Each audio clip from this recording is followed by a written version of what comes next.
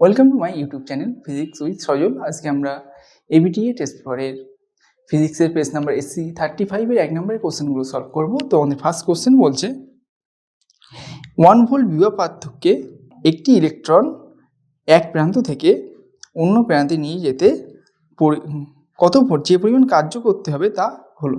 মানে আমাদের একটা ইলেকট্রন আছে, সেই ইলেকট্রনটাকে আমাদের 1 ভোল্ট বিভব প্রবাহের মধ্যে দিয়ে নিয়ে যেতে গেলে যে কার্য করতে হবে তার মানটা বের করতে হবে। তো আমরা জানি যে এক্ষেত্রে কৃতকার্য W = Q × VI। তো এখানে কিউটা হলো আমাদের E আর ভিটা হলো 1 ভোল্ট। আবার একটা ইলেকট্রনের আধান হয় 1.6 × 10⁻⁹ এত কুলম ইন্টু 1 ভোল্ট। তাহলে এখান থেকে আমরা পাচ্ছি 1.6 × 10⁻⁹ জুল। তাহলে ঠিক এতটা পরিমাণেই কৃতকার্য আমাদের এক্ষেত্রে করতে হবে। তো তাহলে আমাদের অপশান বিটা অ্যান্সার হবে, কারণ এখানে 1.6 ইন্টু কোশ্চেনে আমাদের এইরকম দেওয়া আছে অপশানটা 1.6 × -19। তো এটা তো হয় না, এটা 10 এর পাওয়ারেই হবে -19টা। তার মানে অপশান বিটাই আমাদের অ্যান্সার হবে। নেক্সট 2 দাগ বলছে যে বায়ু মাধ্যমে দুটি আধানের মধ্যে ক্রিয়াশীল বলের পরিমাণ F, আধান দুটির পরিমাণ দ্বিগুণ এবং তাদের মধ্যবর্তী দূরত্ব দ্বিগুণ করা হলে ক্রিয়াশীল বলের পরিমাণ কত হবে। তো ধরলাম দুটো আধান আমাদের, একটা Q1 আর একটা Q2 আছে, আর এদের মধ্যবর্তী যে দূরত্ব, এরকম দুটো আধান আছে Q1 আর Q2, এদের মধ্যবর্তী দূরত্ব R। তাহলে এদের মধ্যে ক্রিয়াশীল বল যদি F হয়, F = আমরা কি লিখতে পারি, কুলম্বের সূত্র অনুযায়ী 1/4πε0 Q1 Q2/R²। এখন বলছে যে এই আধান দুটো অর্থাৎ Q1কে দ্বিগুণ করা হলো, মানে 2Q1 করা হলো, আর Q2কে 2Q2 করা হলো, আর এদের মধ্যবর্তী দূরত্ব R-কে আমরা 2R করলাম।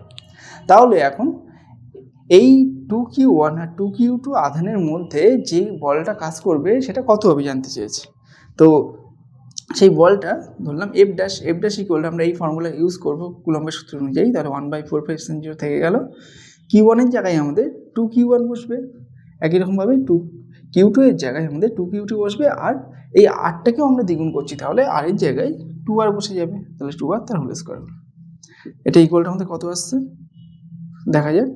এইটা ইন্টু হলো 4Q1 Q2/2² সেটা করলে আমাদের 4 হয়, তার মানে 4 × R² আসছে। তাহলে এটা কেটে গেলে আমাদের যেটা পড়ে থাকছে 1/4πε0 Q1 Q2/R²। এটা মানেই আমরা দেখেছিলাম এই F। তার মানে আগেও যে পরিমাণ বল কাজ করছিল এখনও সেম পরিমাণ বল কাজ করছে। তাহলে আমাদের অপশান এটা অ্যান্সার হবে। নেক্সট কোশ্চেনটা বলছে আমাদের এইরকম একটা সার্কিট দেওয়া আছে। তো এই সার্কিটে এই দুটো বিন্দু A আর B এর মধ্যে তুল্যরোধ কত হবে সেটা আমাদের বের করতে হবে। তো এই সার্কিটটাকে আমরা আমাদের বোঝার মতো করে সুবিধা মতো করে এঁকে নেব। তো এই সার্কিটটাকে তাহলে কীভাবে আঁকবো সেটাই এখন দেখব। তো আমরা এই সার্কিটটাকে আবার নতুন করে আঁকার জন্য আমরা এই পয়েন্টটাকে 1 ধরলাম, এইটাকে 2 ধরলাম, এটাকে 3 ধরলাম, এটাকে 4 ধরলাম। এখন আমরা দেখতে পাচ্ছি যে এই যে ফার্স্ট R রোধটা আছে তার এক প্রান্ত আমাদের 1 পয়েন্টের সাথে যুক্ত আছে, আর এই R রোধটার এক প্রান্ত আমাদের 1 পয়েন্টের সাথে যুক্ত আছে। আবার এই দুটো রোধের দুই প্রান্ত, মানে এই R রোধের এক প্রান্ত 2 পয়েন্ট আর এই R রোধের এক প্রান্ত আমাদের 3 পয়েন্টের সাথে যুক্ত আছে। তার মানে আমরা 2 আর 3 এইখানে যে রোধটা আছে সেটাকে আমরা এইভাবে আঁকতে পারি, 2 পয়েন্ট, এটা 3 পয়েন্ট। এইবার আমাদের কি হচ্ছে, এই 2 এর সাথে 1 পয়েন্টে একটা R রোধ দিয়ে কানেক্টেড আছে। তাহলে আমরা কি করব, এটাকে এইভাবে এঁকে নেব। এটা হলো 1 পয়েন্ট, আর 1 আর 3 আরেকটা R রোধ দিয়ে কানেক্টেড আছে। তার মানে এই দুটো পয়েন্টের মধ্যে আমরা আরেকটা রোধ আঁকবো। নেক্সট আমাদের 2 আর 4 এর মধ্যে একটা R রোধ আছে এইভাবে, আর এটা 4 পয়েন্ট হলো, আর 3 আর 4 এর এই দুটো পয়েন্টের মধ্যে আরেকটা R রোধ আছে। তাহলে এখানে আমাদের আরেকটা R রোধ এইভাবে হবে। তো এখানে প্রত্যেকটাই আমাদের R রোধ। আর তাহলে আমাদের এই পয়েন্টটা হচ্ছে A পয়েন্ট, আর এখানে যে পয়েন্টটা আছে সেটা হয়ে যাচ্ছে আমাদের B পয়েন্ট। এখন আমরা এই সার্কিটটা আমাদের দেখতে কেমন হচ্ছে, হুইস্টন ব্রিজের মতো। তো সেই হুইস্টন ব্রিজের প্রতিমিত অবস্থায় আমরা কি জানি, P/Q = R/S এইটা হয়। তো আমরা সেটাই দেখবো এখানে সেটা হচ্ছে কি না। তো এখানে আমাদের পি হলো এই রোধটা, এইটা হলো কিউ, এইটা হলো আরটা হলো আমাদের আর, আর এই এসটা হলো আমাদের এইটা। তো এখানে আমরা দেখতে পাচ্ছি পি কিউ আর এস প্রত্যেকটার মানই সমান, তাহলে পি বাই কিউ এটা যদি আমরা বের করি সেটা আর বাই আর হবে, তার মানে 1 হয়ে গেল। একই রকমভাবে আর বাই এস সেটা বের করলে আমাদের আর বাই আর আর কেটে গেল 1 হয়ে গেল। তার মানে আমরা দেখতে পাচ্ছি যে এই যে কন্ডিশনটা সেটা স্যাটিসফাই করছে। তো এটা যদি স্যাটিসফাই করে তাহলে আমাদের কি হবে, এই রোধের মধ্যে দিয়ে কোনো তড়িৎ প্রবাহ হবে না। তাহলে এই রোধটাকে আমরা এই সার্কিটটা থেকে বাদ দিয়ে দিতে পারি। তো আমরা মুছেই ফেললাম। এখন আমরা এই সিম্পলিফাইড যে সার্কিটটা পেলাম সেই সার্কিটে এ আর বি বিন্দুর মধ্যে তুল্যরোধটা বের করব। তো এখানে আমরা দেখতে পাচ্ছি এই যে আর রোধ আছে আর এই আর রোধ, এই দুটো আমাদের কি সমবায় আছে, শ্রেণী সমবায় আছে। তো এদের তুল্যরোধ কত হয়ে যাবে, এই দুটো যোগফল অর্থাৎ 2R। তাহলে এটাকে আমরা এখানে আঁকছি, এইটা হয়ে গেল 2R। আর এই দুটো, এই আর রোধ আর এই আর রোধ, এই দুটো রোধ আমাদের শ্রেণী সমবায় আছে, তাহলে এদের তুল্যরোধ 2R হয়ে যাবে। আবার এই দুটো রোধ আমাদের সেম পয়েন্ট অর্থাৎ এই পয়েন্ট আর এই পয়েন্টে কানেক্টেড আছে, তার মানে এই দুটো এন্ড আমরা এইভাবে কানেক্ট করে দেবো, এর এই এন্ডটা আর এইভাবে আমরা কানেক্ট করে দিলাম। তাহলে এই পয়েন্টটা আমরা পাচ্ছি এ, এই পয়েন্টটা পাচ্ছি বি। এখন এই 2R রোধ দুটো আমাদের কি সমবায় আছে, সমান্তরাল সমবায়। তাহলে এদের যে তুল্য রোধ সেটা যদি আমরা আর ড্যাশ ধরে নিই, আর ড্যাশ ইকুয়ালটা আমরা এইভাবে লিখতে পারি, এই দুটো রোধের গুণফল বাই এই দুটো রোধের যোগফল। তো উপরে আমাদের যেটা আছে ওইভাবে রেখে দিলাম, আর নিচে এই দুটো যোগ করলে আমাদের আসছে 4R। তাহলে একটা আর কাটলো, আর এখানে এটা কাটাকুটি হয়ে আমাদের উপরে পড়ে থাকলো ক্যাপিটাল আর। তাহলে আমরা দেখতে পাচ্ছি যে এই এ আর বি বিন্দুর মধ্যবর্তী যে তুল্যরোধ হচ্ছে সেটা হচ্ছে ক্যাপিটাল আর। তার মানে আমাদের অপশান সিটা অ্যান্সার হবে। দুটি দীর্ঘ ঋজু সমান্তরাল তারের উভয়ের মধ্যে দিয়ে 1 অ্যাম্পিয়ার প্রবাহ হচ্ছে, প্রতিটির একক দৈর্ঘ্যে ক্রিয়াশীল বল 10⁻⁻6 নিউটন পার মিটার হলে তার দুটির মধ্যে দূরত্ব কত হবে। তো আমাদের দুটি সমান্তরাল দীর্ঘ ঋজু তার আছে, দুটোর মধ্যে দিয়েই আমাদের 1 অ্যাম্পিয়ার করে তড়িৎ প্রবাহ হচ্ছে। এখন আমাদের জানতে চেয়েছে যে এই দুটো তারের মধ্যবর্তী দূরত্ব কত হবে, এটা আমরা ধরে নিলাম ডি। তাহলে এই ডি এর ভ্যালুটা আমাদের বের করতে হবে।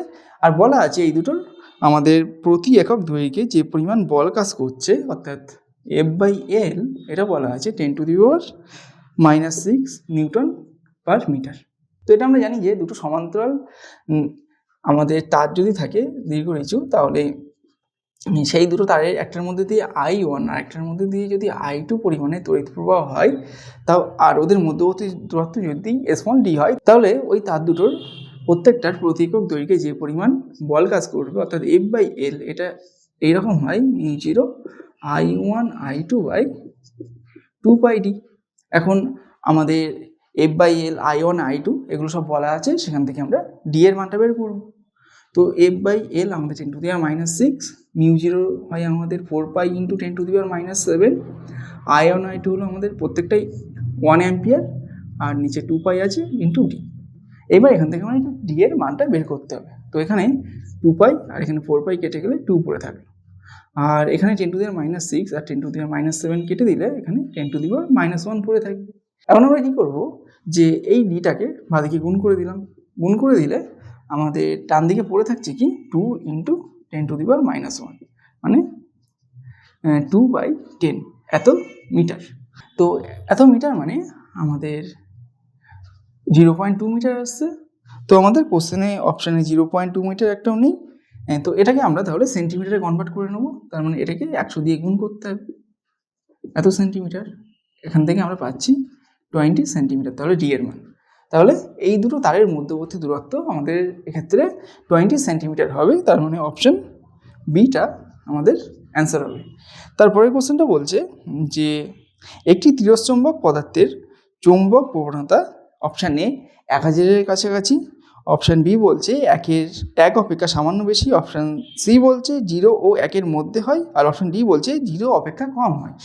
তো আমাদের এখানে যে পদার্থটা বলেছে সেটা হলো তিরস্চুম্বক পদার্থ। তো তিরস্চুম্বক পদার্থের ক্ষেত্রে আমাদের চুম্বক প্রবণতা সবসময় ঋণাত্মক হয়। তো এখানে তাহলে আমাদের যে অপশানটা আছে ঋণাত্মক মানে 0 থেকে কম হবে, তাহলে অপশান ডিটা আমাদের অ্যান্সার হবে, কারণ এখানে এই অপশানটা বলেছে যে 0 অপেক্ষা কম, তার মানে অপশান ডিটা আমাদের অ্যান্সার হচ্ছে। তারপরে নেক্সট আমাদের 6 দাগ বলছে শ্রেণী অনুনাদি বর্তনীতে ভোল্টেজ ও প্রবাহের দশা পার্থক্য কত হয়।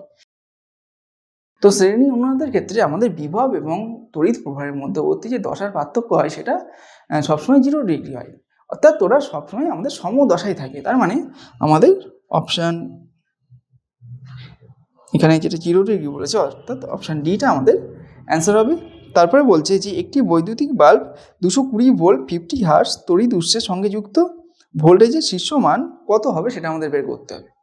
তো 7 দাগে আমাদের যে তড়িৎ উৎসটা বলা আছে সেটা হলো 220 ভোল্ট আর 50 হার্জ, এর যে শীর্ষ মান হবে সেটা আমাদের বের করতে হবে, এই ভোল্টেজের শীর্ষ মানটা হবে। তো শীর্ষ মান বের করার জন্য আমরা কি করি, এইটাকে √2 দিয়ে গুণ করে দিই। তো √2 দিয়ে গুণ করলে আমাদের কত আসছে দেখা যাক, 220 ইন্টু √2 মানে আমাদের হয় 1.414। তো এটা আমরা গুণ করে দেখব কত আসছে। তো এটা গুণ করলে আমাদের এইরকম আসে যে 311.08 এত ভোল্ট। তো এটাই আমাদের অ্যান্সার হবে তাহলে। তো এখানে যে অপশানটার সাথে মিলছে সেটা হলো আমাদের 311 ভোল্ট আছে, অপশান সি। তাহলে অপশান সিটাই আমাদের অ্যান্সার হবে। তো নেক্সট কোশ্চেনটা বলছে যে 8 দাগের কোশ্চেনটা আমাদের নিচের কোন কম্পাঙ্কটি রেডিও তরঙ্গের কম্পাঙ্ক হতে পারে। তো এখানে আমাদের কয়েকটা কম্পাঙ্ক বলেছে, একটা হলো 10⁻² হার্স, একটা 10⁸, একটা 10⁻14 আর লাস্ট অপশানটা বলছে 10⁻20। এই চারটের মধ্যে কোনটা আমাদের রেডিও তরঙ্গ হবে। তো রেডিও তরঙ্গের ক্ষেত্রে কম্পাঙ্ক হয় আমাদের 10⁵ থেকে 10⁻11 হার্জের মধ্যে। তো এখানে আমাদের এই অপশানগুলোর মধ্যে যেটা এই রেঞ্জের মধ্যে আছে সেটাই হবে আমাদের অ্যান্সার। তো এখানে আমরা দেখতে পাচ্ছি যে 10⁸8 হার্টজ যেটা আছে সেটাই আমাদের এই রেঞ্জের মধ্যে আছে, তার মানে অপশান বিটা আমাদের অ্যান্সার হবে। তারপরে 9 দাগের কোশ্চেনটা কি বলছে দেখা যাক। 9 দাগের কোশ্চেনটা আমাদের বলছে যে একটি অবতল দর্পণের বক্রতা ব্যাসার্ধ 24 সেন্টিমিটার, তার মানে ওর 8টা বলা আছে আমাদের 24 সেন্টিমিটার। আর কি বলা আছে, আরও বলা আছে যে বস্তু দূরত্ব 20 সেন্টিমিটার, অর্থাৎ ইউ এটা হলো আমাদের 20 সেন্টিমিটার। তাহলে আমাদের কী বের করতে হবে, প্রতিবিম্বের বিবর্ধন কত হবে, অর্থাৎ এম এর মানটা কত হবে বের করতে হবে। তো এই এম এর রাশিমালা আমরা এটা জানি যে -v/u হয়, এটা আমাদের দর্পণের ক্ষেত্রে হয়। তো এখানে আমরা এই দুটো বলা আছে, এখান থেকে আমরা ভি এর মানটা বের করে আমরা এই রাশিমালায় বসিয়ে দিলে আমাদের এম এর মানটা বেরিয়ে যাবে। তো এখন আমাদের অবতল দর্পণ এইরকম, তো এইটা হলো এর প্রধান অক্ষ। এইবার আমাদের বলছে যে এর বক্রতা ব্যাসার্ধ এইটা সি, এটা হলো আমাদের 24 সেন্টিমিটার। আর বস্তুটা আমাদের এরকম জায়গায় আছে 20 সেন্টিমিটার দূরত্বে মেরু থেকে। তাহলে আমাদের এখানে এই বস্তু দূরত্বটা অবশ্যই নেগেটিভ হয়ে যাবে, যেহেতু আমাদের এখানে বস্তু থাকলে আলোটা এই দিকে যাবে এবং আমরা মাপছি এই দিক বরাবর দূরত্বটা মেরু থেকে, সেই কারণে নেগেটিভ হয়ে গেল। একই রকমভাবে আরটাও আমাদের নেগেটিভ হবে। তাহলে এখানে আমাদের বের করতে হবে এফ এর ভ্যালু, এফ = r/2, তার মানে আমাদের -24/2 হয়ে যাবে। এটা কাটাকুটি করলে আমাদের 12 আসে, তার মানে এফটা হয়ে যাবে -12 সেন্টিমিটার। এখন দর্পণের যে ক্ষেত্রে যে সমীকরণটা হয় সেটা আমরা এইরকম হয় আমাদের 1/v + 1/u = 1/f। তো এখান থেকে ভি এর মানটা আমরা বের করব। তো ভিটাকে বাঁদিকে রাখলাম আর বাদ বাকিগুলোকে সব ডান দিকে নিয়ে যাচ্ছি।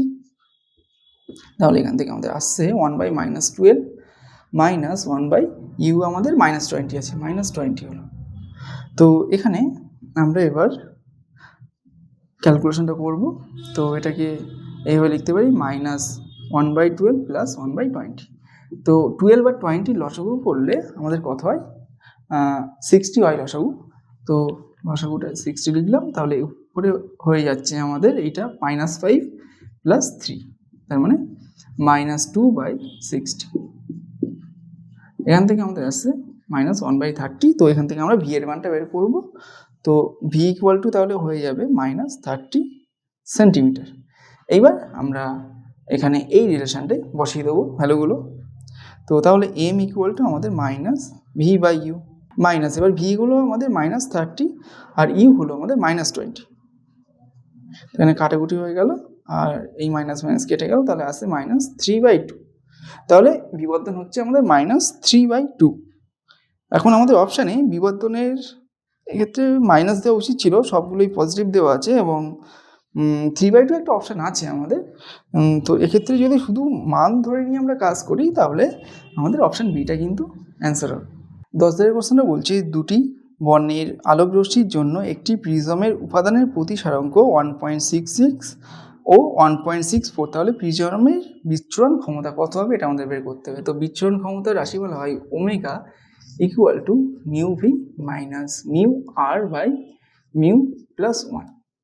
যেখানে আমাদের মিউটা এইরকম হয়, এখানে যে দুটো আলোর জন্যে আমাদের প্রতিসারাঙ্ক বলা আছে সেই দুটো গড়, অর্থাৎ μr প্লাস μv/2।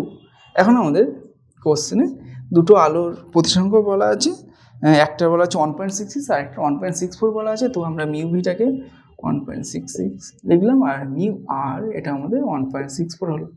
এখন আমরা এই ফর্মুলাগুলোতে সব বসিয়ে দেবো, বসিয়ে দিয়ে ক্যালকুলেশনটা করবো ওমেগার। তাহলে মিউ ইকুয়াল টু হয়ে গেল আমাদের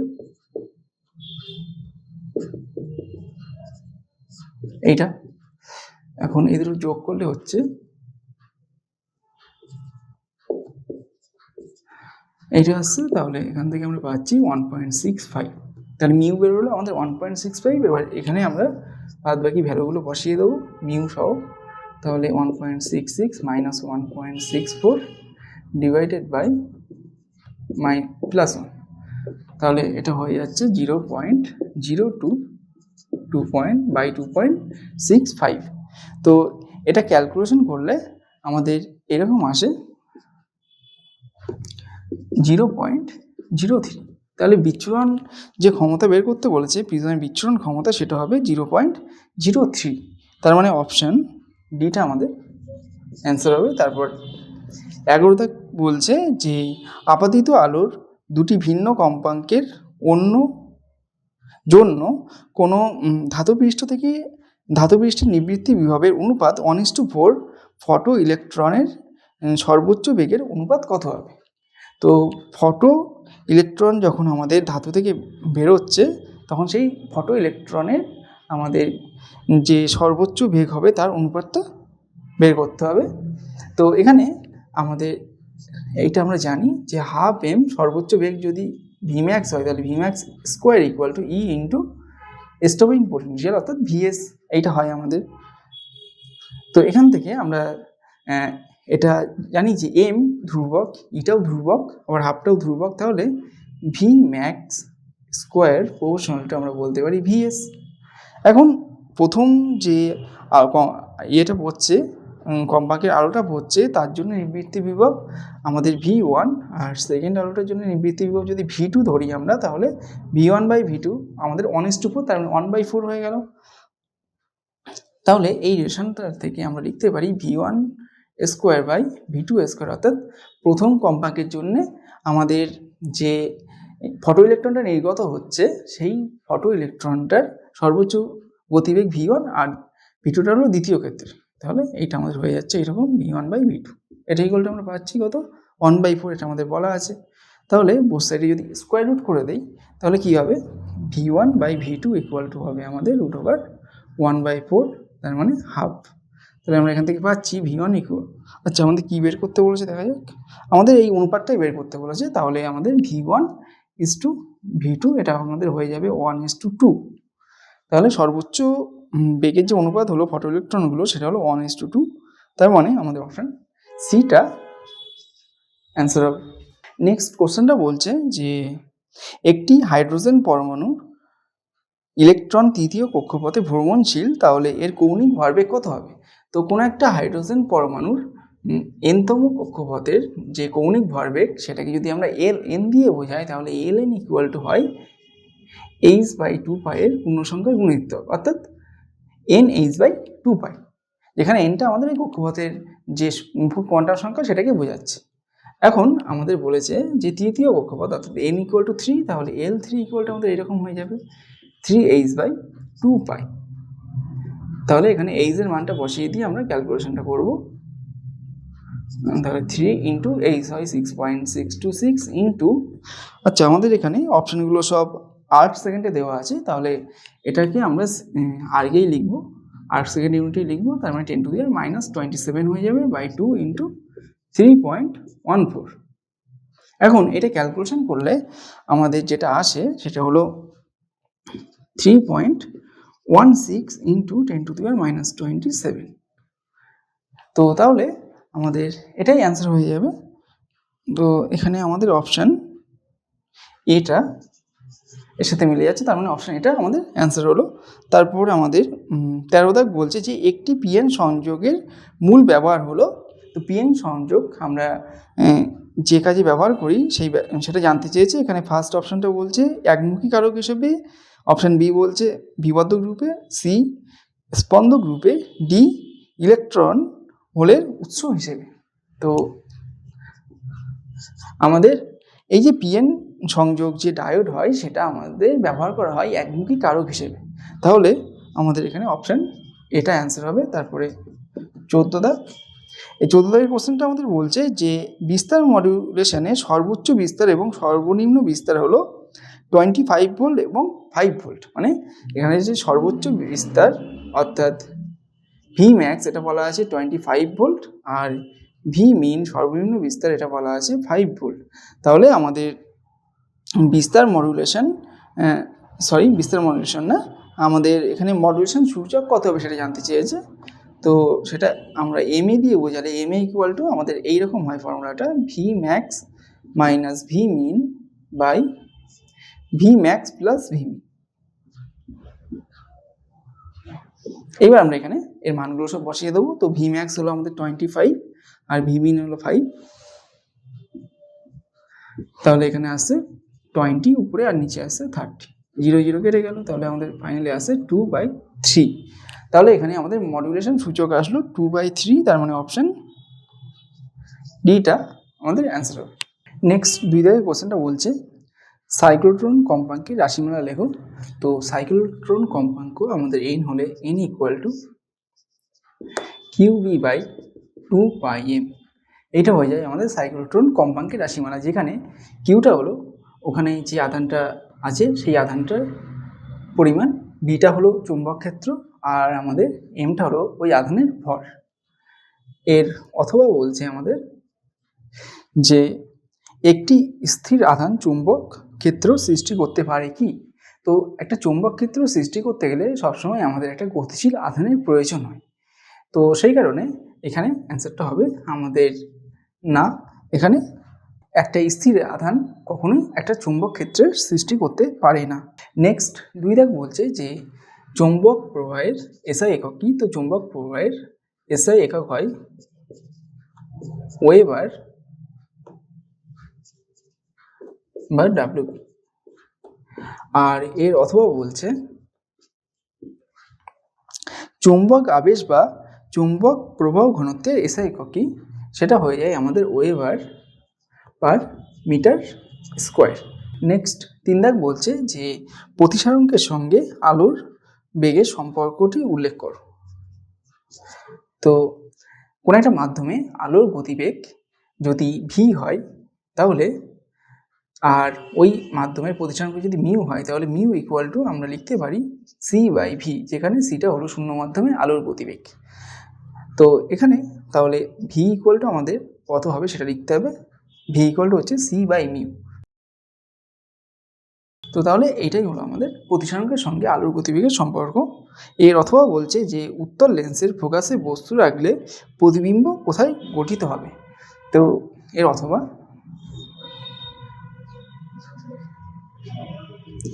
যে আমাদের একটা উত্তল লেন্স আছে,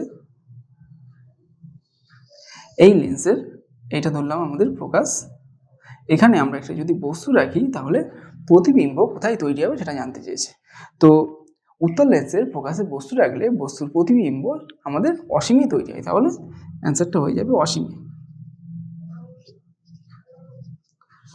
তারপর 2-4 দাগ বলছে যে একটি 3 ইনপুট যুক্ত অ্যান্ড গেটের প্রতীক আঁকো। তো অ্যান্ড গেট আমরা এইভাবে বুঝিয়ে থাকি, এরকম একটা ডি সিম্বল দিয়ে, যার আউটপুট হয় এইটা। আউটপুটকে আমরা ওয়াই দিয়ে বোঝাই সাধারণত। আর এখানে বলেছে 3 ইনপুট যুক্ত অ্যান্ড গেটের প্রতীক চিহ্ন আঁক। তো এখানে তাহলে ইনপুটে আমাদের 3টে ইনপুট হবে এরকম, একটাকে এ বললে আরেকটা ইনপুট বি হলে আরেকটা ইনপুট সি হবে। তাহলে এটাই হবে 3টে ইনপুট যুক্ত অ্যান্ড গেটের প্রতীক চিহ্ন। তাহলে আজকের ক্লাস এই পর্যন্ত, দেখা হচ্ছে নেক্সট ক্লাস।